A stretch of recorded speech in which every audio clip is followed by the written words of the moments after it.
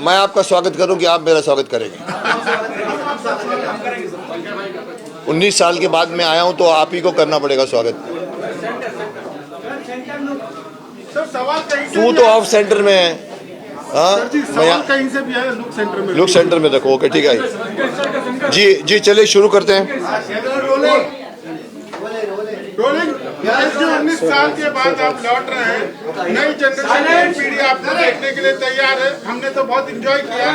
आज की जनरेशन को आप किस तरह की सीख देना चाहेंगे?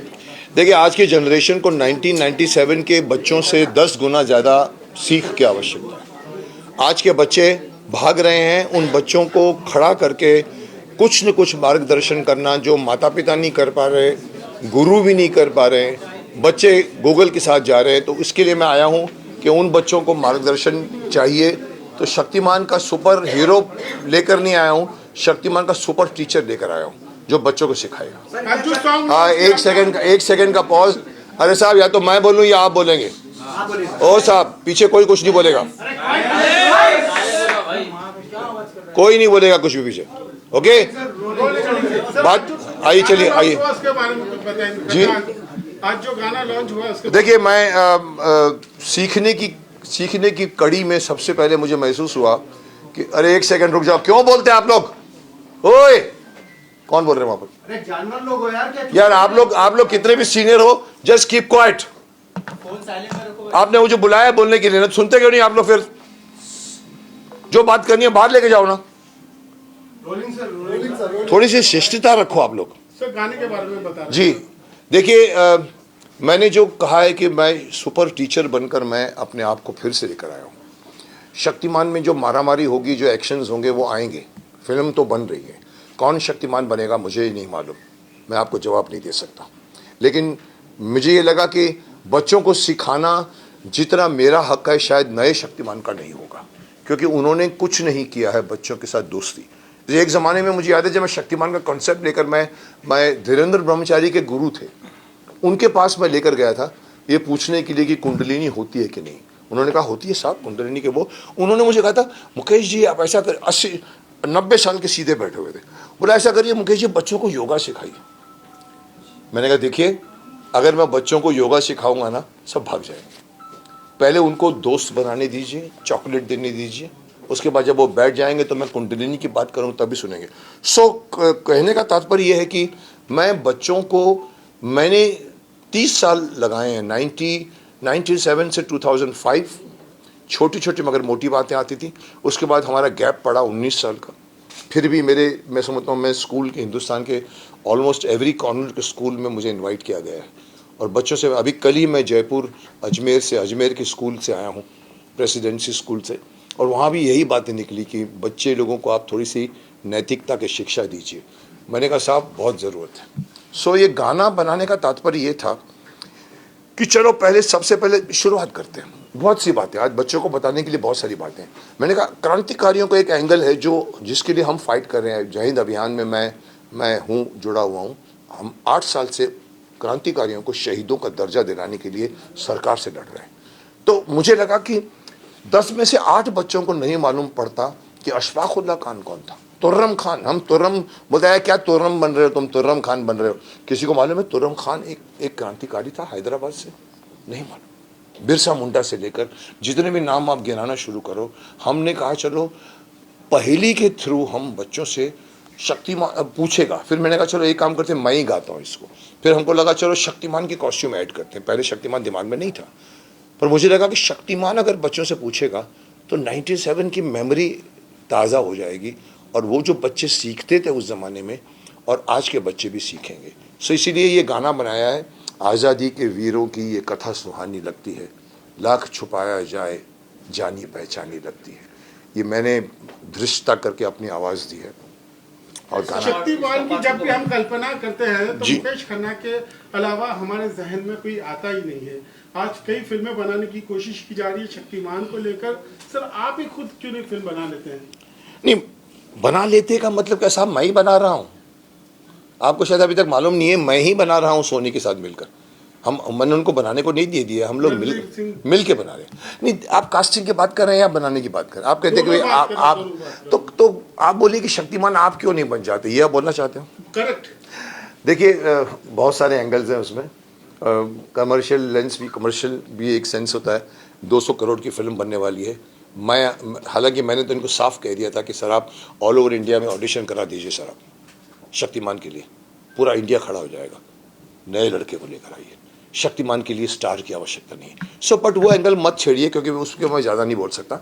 बट कहीं ना कहीं मुझे लगा कि किसी ने तो किसी ने करना है। We are still finding out, we are still sitting and talking about कौन बनेगा शक्तिमान। और वो बहुत इंपॉर्टेंट है, क्योंकि कास्टिंग बहुत इंपॉर्टेंट होती है, फिजिकल कास्टिंग। आज के एक्टर्स की बात करें तो काफी फिजिकली फिट होते हैं। 6 एप्स वाले की 7 एप्स वाले की बातें चलती है। शक्तिमान इतने फिट नहीं थे, एक नॉर्मल व्यक्तित्व थे। तो आप इस तरह के व्यक्ति को देखना पसंद करेंगे कि आप जैसा हो? देखिए बाहर की शक्ति से ज़्यादा ताकत होती है अंदरूनी शक्ति। बाहर के बड़े बड़े मसल वाले बिल्डिंग के अंदर जितनी ताकत नहीं होगी, उतनी एक योगी पुरुष में होगी। योगी पुरुष का शरीर, उसका माइंड उसके साथ चलता है। उसके अंदर इतनी शक्ति होती है कि वो अगर आप कि उसको आप लगेगा नहीं कि ये बॉडी बिल्डर है, लेकिन साहब उसके जो इरादे और उसके देखने और उसकी बात करने का, उसका शायद एक मुक्का पड़ेगा, बड़े बड़े लोगों को भी मालूम नहीं पड़ेगा कहाँ से लगा है। योगी पुरुष बनिए। इसलिए ज़रूरी नहीं है कि we should have a athletic body वाला शक्तिमान। वी शुड हैव वो जिसके लुक में शक्तिमान है। सर एक आजादी के वीरों की जो जी मुकेश सर के गाने सर मुकेश सर एक सवाल है आपसे। आपको अभी तक पद्मश्री अवार्ड नहीं मिला, इसके बारे में क्या कहना चाहेंगे सर? कौन सा श्री यार, मैं किसी श्री में बिलीव नहीं करता। और पद्मश्री मुझे नहीं मिला, पर आप लोगों का इतना प्यार मिला है मुझे, आप लोगों की इतनी सद्भावनाएं मिली हैं, इतने गुडविल है। मेरे पास जितनी गुडविल है साहब, आज के सभी एक्टरों को मिला के बिठा दो, जितनी गुडविल मेरे पास है, माफ़ करना मैं अहंकार नहीं कर रहा हूँ, मेरे पास गुडविल की कमाई अरबों रुपए की। पद्मश्री लिया नहीं जाता, पद्मश्री मांगा नहीं जाता, पद्मश्री दिया जाता है। जिस दिन किसी को लगेगा कि मुझे देना है, चांदी की थाली पे मुझे अगर देंगे फिर भी सोचूंगा मैं। क्योंकि मेरे लिए कल मैंने एक रिमार्क पास किया था बीच में, मैं चंद्रशेखर आज़ाद के जन्मस्थली में गया था और मैंने वहाँ पर प्रेस को कहा था कि जो ये भारत रत्न का अवार्ड है, चंद्रशेखर आज़ाद जी को दे देना चाहिए आपको। और ये भारत रत्न का मान होगा, चंद्रशेखर आज़ाद जी का मान नहीं होगा। सो डिजर्विंग कैंडिडेट को मिले, मुझे मिले ना मिले वो मैं नहीं सोच सकता और ना मैं मांग सकता हूँ मैं। सर मेरा एक गाने को लेके ही सवाल है जी। जो गाना अभी देखा, गाना बहुत बेहतरीन है, बच्चों को लेकर है। मुझे ऐसा लग रहा है कि सर बच्चों को ही नहीं, बड़े और बुजुर्ग को भी जरूरत है हमारे क्रांतिकारी को जानने के लिए। क्या फ्यूचर में जो नया गाना आएगा वो उनको ध्यान में रखते हुए बनेगा? नहीं देखिए, इन अ वे देखिए, बच्चों की स्लेट खाली होती है। मैंने अभी बीच में कहीं कहा था, मैंने कहा छठी क्लास से आप संस्कृत डाल दीजिए। जैसे लॉर्ड मैकॉले ने छठी क्लास में इंग्लिश डाला था 1835 में, आज हम वही कॉन्वेंट स्कूल में पढ़ते आ रहे हैं। आप संस्कृत पढ़ाइए साहब, बड़ों को नहीं पढ़ा सकते, उनका दिमाग जो होता है ना, ट्रैफिक जैम होता है। छठे बच्चे का मैंने कहा गीता पढ़ाइए छठी में। सो बच्चों को सिखाने के माध्यम से, मेरे को किसी ने कहा अरे साहब मुकेश जी छठी में गीता डालेंगे तो बच्चों को गीता क्या समझ में आएगी? मैंने कहा नहीं आएगी ना, माँ बाप से पूछेंगे।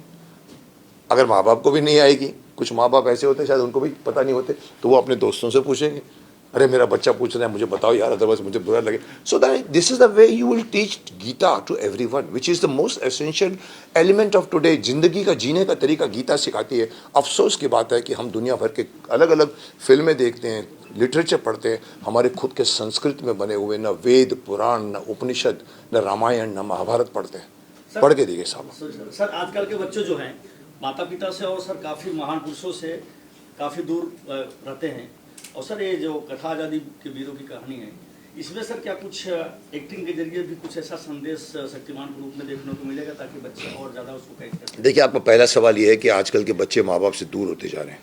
ये मैं अभी भी बोल रहा हूँ, रिपीट भी कर रहा हूँ कि आजकल का बच्चा गूगल का दोस्त बन गया है।